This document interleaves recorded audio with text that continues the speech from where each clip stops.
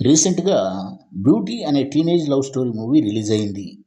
మరి ఈ movie review తెలుసుకునే ముందుగా మన ఛానల్‌ని లైక్, షేర్, సబ్స్క్రైబ్‌తో పాటు కామెంట్ కూడా చేస్తారని ఆశిస్తున్నాను. కథ విషయానికొస్తే కథ కొత్తేం కాదు. ఇలాంటి కథలను కానీ, సీన్‌లను గానీ బ్లాక్ అండ్ వైట్ కాలం నుండి చూస్తున్నవే. ఈ రకమైన జోనర్స్ ఇప్పుడు హిట్ అవుతుండడంతో లైక్ 'కోర్ట్' గానీ, 'బేబీ', రీసెంట్‌గా 'లిటిల్ హార్ట్స్' ఈ మూవీ తీసినట్టున్నారు. కథ విషయానికొస్తే ఇంటర్ చదువుకునే హీరోయిన్ అలెక్య తండ్రి గారాబంగా పెంచుతాడు ఏ లోటు లేకుండా. మధ్యతరగతి జీవితంలోని కష్ట నష్టాల గురించి కూతురుకు తెలియకుండా అప్పు చేసి మరీ ఇస్తాడు ఏవి అడిగినా. కానీ అర్జున్ అనే కుర్రాడితో అలెక్య లేచిపోతుంది. అంటే సరిగ్గా మేజర్ కాకముందే. ఆ తర్వాత ఏం జరిగిందనేది తెలియాలంటే మాత్రం 'బ్యూటీ' మూవీ చూడాల్సిందే.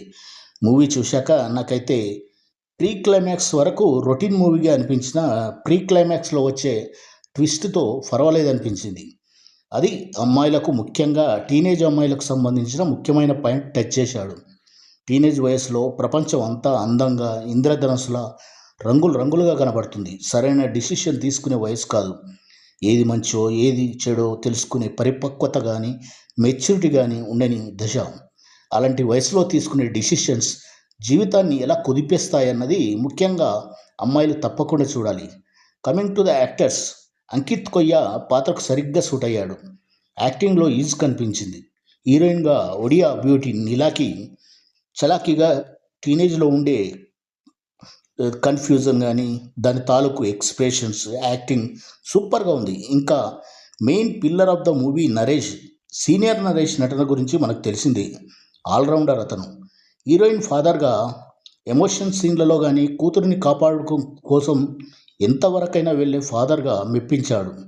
టెక్నికల్‌గా విషయానికొస్తే మ్యూజిక్, బుల్గానిక్ బీజీఎం పర్వాలేదు. పాటలు ఒకటి అరా బాగున్నాయి. కెమెరా వర్క్, విశాఖపట్నం అందాలు, బీచ్, లైట్ హౌస్ బాగా చూపించాడు.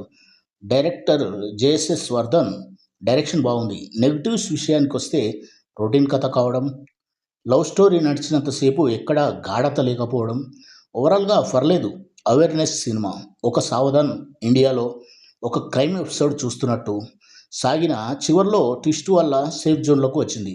మూవీ పరంగా ఈ మూవీకి నేనిచ్చే రేటింగ్ 2.2/5. ఇది కేవలం నా అభిప్రాయం మాత్రమే. మరొక రివ్యూతో మళ్ళీ కలుద్దాం. జై హింద్.